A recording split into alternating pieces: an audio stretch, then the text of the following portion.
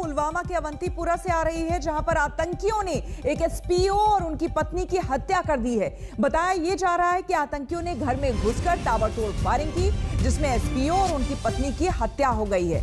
SPO और उनकी पत्नी की मौत हो गई है, जबकि बताया जा रहा है कि बेटी की हालत गंभीर बनी हुई है। अशरफ वानी हमारे संवाददाता हमारे साथ जुड़ गए हैं ज्यादा जानकारी के साथ। अशरफ, पूरी खबर बताएं।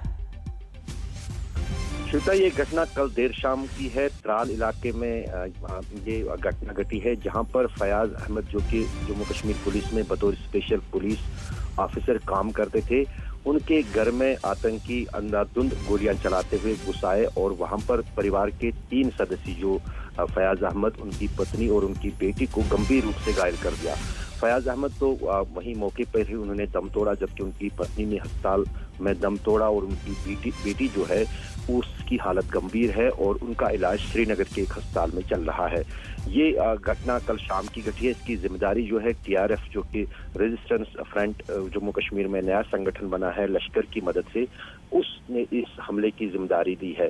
और यहाँ पर यह भी महत्वपूर्ण है कि जो फयाज अहमद है, उनका बेटा जो है टेरिटोरियल आर्मी जो है कश्मीर में, उसमें बतौर सिपाही हाल ही में भर्ती हुआ था और वहां पर काम कर रहा है।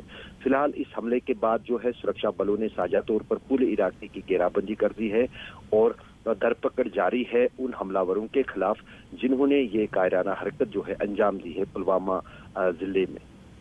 बिल्कुल अशरफ, अगर इससे कनेक्ट किया जाए, लिंक किया जाए, लगातार हम देख रहे हैं जब से भारत सरकार बातचीत की और कश्मीर के नेताओं से शुरू किया है भारत सरकार ने, उसके बाद से कहीं ना कहीं हम देख रहे हैं लगातार एक के बाद एक हमले। बड़ा अगर देखिए रिसेंटली तो ड्रोन हमला और उसके बाद ये घटना।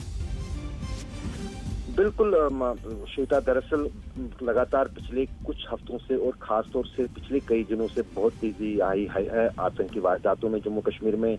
उसमें चाहे फिर पुलिस इंस्पेक्टर को जो श्रीनगर में निशाना बनाया गया हो, जो अगर पिछले 4 दिनों की घटनाएं देखें, उसके बाद एक दुकानदार को जो है श्रीनगर के बाहरी इलाके में उनको गोली मारकर उनकी हत्या कर दी गई।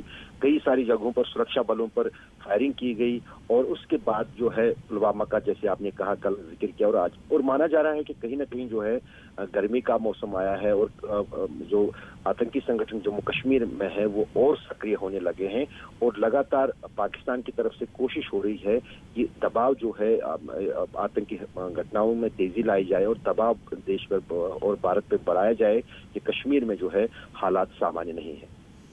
बिल्कुल। इसके अलावा और वहां पर क्या इसके बारे में कोई और इनपुट्स मिले हैं? क्योंकि जो ड्रोन हमला हुआ अशरफ, उसके बारे में बताया जा रहा है कि पहले से इनपुट्स थे कि ड्रोन से आतंकी हमला हो सकता है, लेकिन और कुछ जानकारी मिल पा रही है इस आतंकी वारदात को खास करके पर्टिकुलरली देखकर? श्वेता, दरअसल ये काफी चौंकाने वाला मामला है, क्योंकि पहली बार जम्मू कश्मीर में 30 साल के इतिहास में ड्रोन को इस्तेमाल किया गया है आतंकी हमले के लिए। ये जिस अंदाज से इसमें स्पेसिफिकली हाई प्रोफाइल टारगेट चुना गया है जम्मू का एयरबेस, वो भी सुरक्षा के लिए काफी गंभीर है। यही कारण है कि कल सुबह जब से ये हमला हुआ, जिसमें भले ही कोई नुकसान ना हुआ हो, लेकिन इतनी गंभीरता से लिया है कि श्रीनगर से दिल्ली तक हड़कंप मचा हुआ है। एयरफोर्स के आला अधिकारियों के साथ साथ जो है NIA, SPG, special protection group जो है वो इसकी जांच में लगा हुआ है जम्मू कश्मीर पुलिस के साथ। और जब ये जम्मू में ये घटना जो आतंकी हमला हुआ है, उसके बाद देश के सभी जो है आर्मी बेसिस, खासतौर से जो पंजाब और जम्मू कश्मीर में आते हैं, चाहे उसमें पठानकोट हो, उसमें जम्मू का एयरबेस हो, उसमें श्रीनगर का एयरपोर्ट हो, या फिर अवंतीपोरा का जो टेक्निकल वायुसेना का एयरबेस है, उन सभी को हाई अलर्ट पर रख दिया गया है। विशेष बैठकें बुलाई गई है ताकि जो भविष्य में इस तरह की कोई आतंकी साजिश होती है या ड्रोन से आतंकी हमले की कोशिश होती है, उसका पता कैसे लगाया जाए और उसको विफल कैसे किया जाए।